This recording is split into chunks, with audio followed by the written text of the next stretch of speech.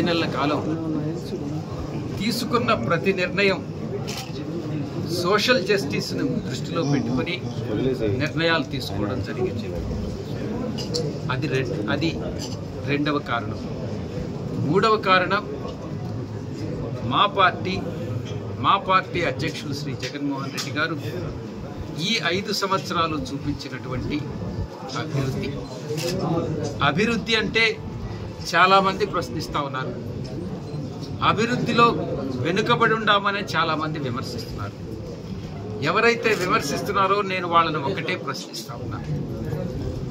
ఈ 5 సంవత్సరాల కాలాన్ని 2019-24 కాలాన్ని గత 2014-19తో మీరు ఒక్కసారి పోల్చి చూసుకుంటే తలసరి ఆదాయంలో కానీ అంటే పర్ క్యాపిటా ఇన్కమ్, 2 రాష్ట్ర స్థూల ఉత్పత్తిలో కానీ ఈ 2 సూచికలు అభివృద్ధికి అన్నదానికి సూచికలు. ఆ 2 సూచికల్లో ఆంధ్ర రాష్ట్రం గతంలో కన్నా మెరుగ్గా ఉంది. దేశంలోనే 2-3 స్థానాల్లో ఉంది. అటువంటి పరిస్థితుల్లో ప్రతిపక్షాలు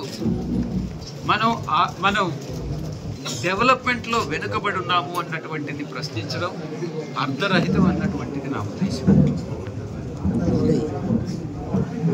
పర్ క్యాపిటా ఇన్కమ్ అంటే ప్రతి వ్యక్తికి కూడా సంవత్సర ఆదాయం గతంతో పోల్చుకుంటే చాలా చాలా మెరుగైంది, చాలా ఎక్కువైంది. ఈరోజు ప్రతి ఒక్కరికి కూడా సమాజంలో ఉన్నటువంటి ప్రతి ఒక్కరికి కూడా కనీస అవసరాలు అంటే ఉండేదానికి ఇల్లు, తినేదానికి ఆహారం, కట్టుకునేదానికి బట్టలు, ఇవన్నీ ఇచ్చినటువంటి ఘనత మన జగన్మోహన్ రెడ్డి గారికే దక్కింది.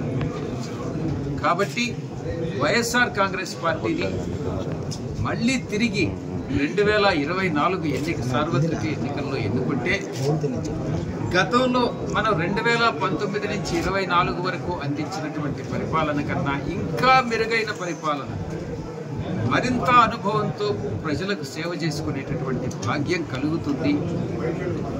ఈ పథకాలు ఏదైతే మనం ఇచ్చామో, అభివృద్ధి ఏదైతే సాధించామో దాన్ని మరింతగా రెండింతలు చేసుకునే దానికి అవకాశం ఉంటుంది అన్నటువంటి నినాదంతో ఈ యొక్క 2024 సార్వత్రిక ఎన్నికలకు మేము సిద్ధమవుతా ఉన్నాం.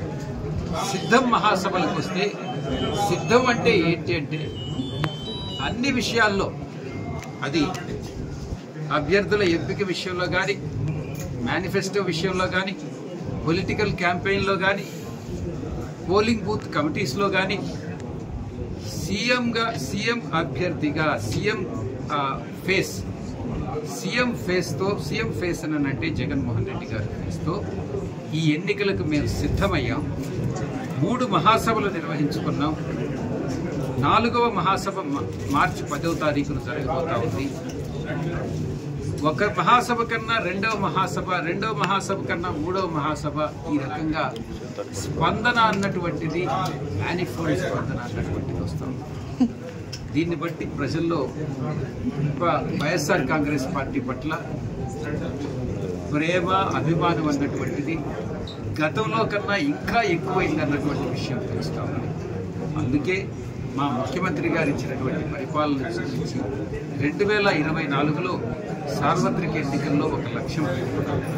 175 స్థానాలు, 25 స్థానాలు.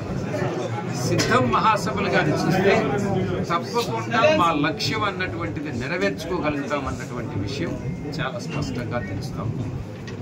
ఇక నా విషయానికి వస్తే మా పార్టీ అధ్యక్షులు గౌరవ ముఖ్యమంత్రి వర్యులు ఇచ్చినటువంటి ఆదేశాల మేరకు నేను నెల్లూరు పార్లమెంట్ అభ్యర్థిగా 2024 రాబోయేటటువంటి ఎన్నికల్లో పోటీ చేయబోతున్నాను. తప్పకుండా ఈ పార్లమెంటు పరిధిలో ఉన్నటువంటి 7 అసెంబ్లీ స్థానాల్ని, పార్లమెంటు స్థానాన్ని కైవసం 100% కైవసం చేసుకుంటామనని ధీమాగా భరోసాతో చెప్తాం. ఎటువంటి సందేహం లేదు. 7 స్థానాలకి 7 స్థానాలు గెలుస్తాం. అది ప్రజల నుంచి ఆ స్పందన కనుగొంటుంది. ఈరోజు మీరు చూశారు, ఈరోజు ర్యాలీగా ఎంటర్ అయినప్పుడు మా యొక్క ప్రతి క్యాండిడేట్కి, ప్రతి అభ్యర్థికి, ఏడు అభ్యర్థులకి వస్తున్నటువంటి స్పందన మీరు చూశారు. తప్పకుండా విజయం సాధిస్తారు. గుంటూరు జిల్లా పోతిరెడ్డిపాలెం షుగర్ ఫ్యాక్టరీ ఎదురుగా వెలిసి ఉన్న శ్రీ శ్రీ శనేశ్వర స్వామి క్షేత్రంలో 10వ తేదీ ఆదివారం మాఘ అమావాస్య సందర్భంగా స్వామివారికి ప్రత్యేక పూజలు, ఉదయం తైలాభిషేకం, పిత్రతర్పణాలు, కుష్మాండ దిష్టి అనంతరం శనేశ్వర స్వామి యాగం ప్రత్యేకంగా జరపబడును. మధ్యాహ్నం 12 గంటల నుంచి అన్నదాన కార్యక్రమం జరుగును. కావున భక్తులు అందరూ వచ్చి స్వామి వారి కృపకు పాత్రులు కాగలరని కోరుచున్నాము. ఇట్లు ఆలయ సేవకులు.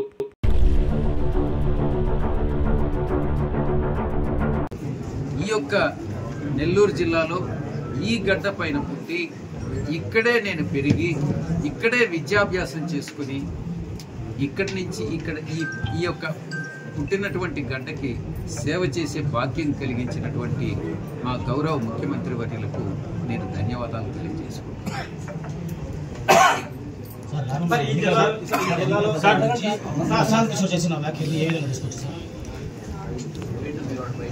ప్రశాంత్ కిషోర్ గారి మాటలను చాలా కేర్ఫుల్గా మీరు కానీ చూసినట్లయితే, గట్ ఫీలింగ్ అంటే ఆయన యొక్క అభిప్రాయం. ఆ అభిప్రాయం ఏదైనా ఒక లాజికల్ డేటా, సైంటిఫిక్ డేటాని ఆధారపడి ఆయన కామెంట్ చేశారా, అబ్జర్వేషన్ ఇచ్చారా అంటే ఆయన అనుకుంటున్నారు. మీరొకటి అనుకోవచ్చు, మీరొకటి అనుకోవచ్చు. ఒక్కొక్కరికి ఒక్కొక్క అభిప్రాయం ఉండొచ్చు. అవి భిన్నాభిప్రాయాలు. ఆ భిన్నాభిప్రాయాలు మనం తీసుకునేటప్పుడు ఒక సైంటిఫిక్ డేటాతో కానీ చెప్తే దాన్ని నమ్మొచ్చు. అందుకే ఆయన ఆబ్జర్వేషన్స్ లాజికల్ ఆబ్జర్వేషన్స్ కాదు, అది ఒక ఫీలింగ్, గట్ ఫీలింగ్తో చెప్పాడు. దానికి ఆ గట్ ఫీలింగ్కి ఒక అల్టీరియర్ మోటివ్ ఉంది, అంటే ఒక దురుద్దేశం ఉంది. ఆ దురుద్దేశంతో చెప్పినటువంటి ఆ అబ్జర్వేషన్స్ని ప్రజలు నమ్మరు అన్నటువంటి విషయం.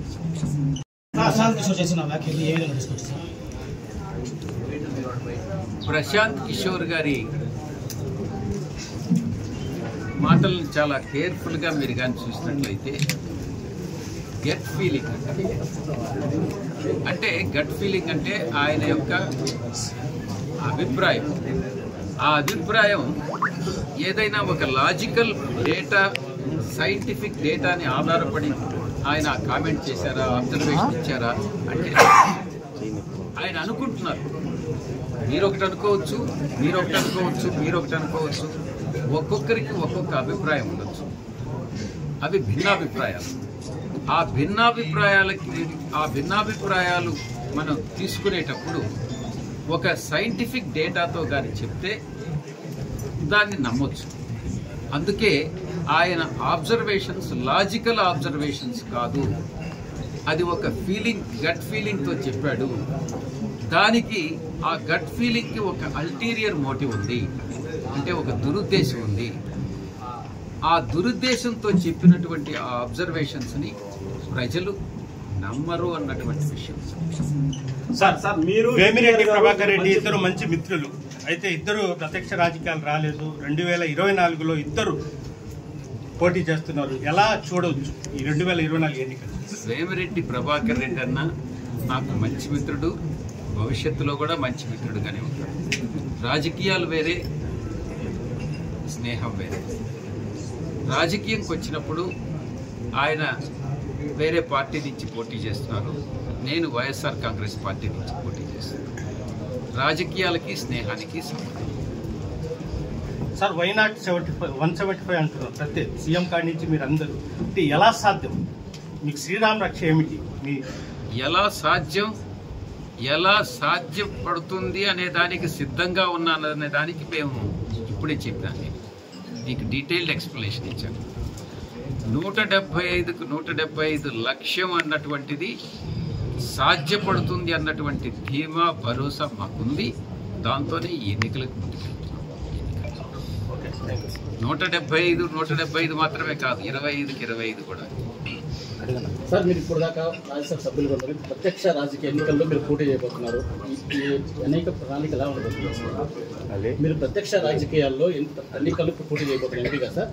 ఈ జిల్లా మీద మీకు ఏ విధంగా ప్రణాళిక ఉంది? ఈ జిల్లాలో పుట్టినటువంటి వ్యక్తిగా, పెరిగినటువంటి వ్యక్తిగా ఈ జిల్లా గురించి పూర్తిగా అవగాహన నాకు ఉంది. మీకు తెలిసే ఉంటుంది అనుకుంటాను, నేను transport, tourism, culture parliamentary standing committee చైర్మన్గా వ్యవహరిస్తాను. నేను ఇక్కడ నెల్లూరుకి కానీ కనెక్టివిటీ విషయంలో రైల్ కనెక్టివిటీ ఉంది, రోడ్డు కనెక్టివిటీ బాగుంది, బట్ ఎయిర్ కనెక్టివిటీ అన్నటువంటిది లేదు.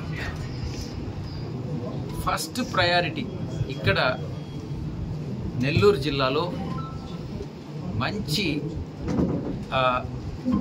అంటే కార్గోకి చాలా మంచి డిమాండ్ ఉంటుంది. ఇక్కడ ఇండస్ట్రీస్ ఉన్నాయి, అక్వా కావచ్చు, మిగతా అదర్ ఇండస్ట్రీస్ అన్నీ కావచ్చు, వ్యవసాయ ఆధారిత పంటలున్నాయి. 2 ఓడరేవులు, రామాయపట్నం, కృష్ణపట్నం 2 ఓడరేవులు ఉన్నాయి. ఫిషింగ్ హార్బర్స్ ఉన్నాయి. షార్ ఉంది. షార్ ఆఫ్ కోర్స్ తిరుపతికి దగ్గర కావచ్చేమో.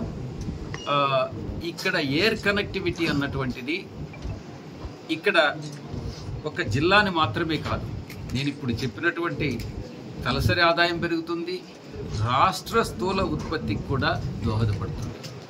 కాబట్టి ఫస్ట్ ప్రయారిటీ దగదర్తి ఎయిర్పోర్ట్ని మనం ఇంప్లిమెంట్ చేయాలి.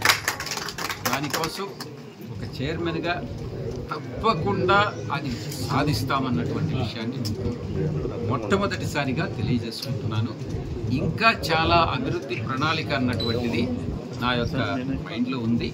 అది మీకు రాబోయేటటువంటి పత్రికా విలేకరుల సమావేశంలో తెలియజేస్తాను.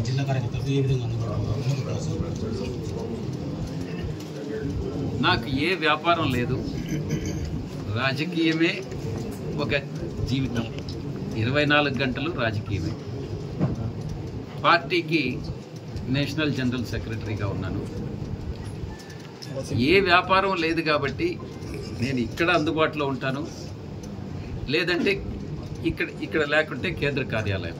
ఇక్కడ 2 కేంద్ర కార్యాలయం విజయవాడలో ఉంటే విజయవాడలో, విశాఖపట్నంలో ఉంటే విశాఖపట్నంలో, నెల్లూరు, విజయవాడ, విశాఖపట్నం, నెల్లూరు, విజయవాడ, లేకుంటే నెల్లూరు, విశాఖపట్నం. అంతేకాని నాకు వేరే ఏ వ్యాపారాలు లేవు, వేరే యావిగేషన్. నిన్ననే మంత్రి జయరాం పార్టీ విడి సార్, ఇంకా కొంతమంది మంత్రులు వస్తారు. జయరాం వెళ్ళిపోయాడన్నటువంటిది వాస్తవం. ఆయనకి టికెట్ రాలేదన్నటువంటి విషయాన్ని దృష్టిలో పెట్టుకొని ఆయన పార్టీని వేయడం జరిగింది. పార్టీని వీడాలనుకున్నప్పుడు మామూలుగా రాజీనామా చేసి పార్టీని వదిలి వెళ్ళిపోతారు మంత్రిగా ఉన్నప్పుడు. కానీ మంత్రిగా ఉండి రాజీనామా చేయకుండా అలా పార్టీ కండువా కప్పుకోవడం అన్నట్టు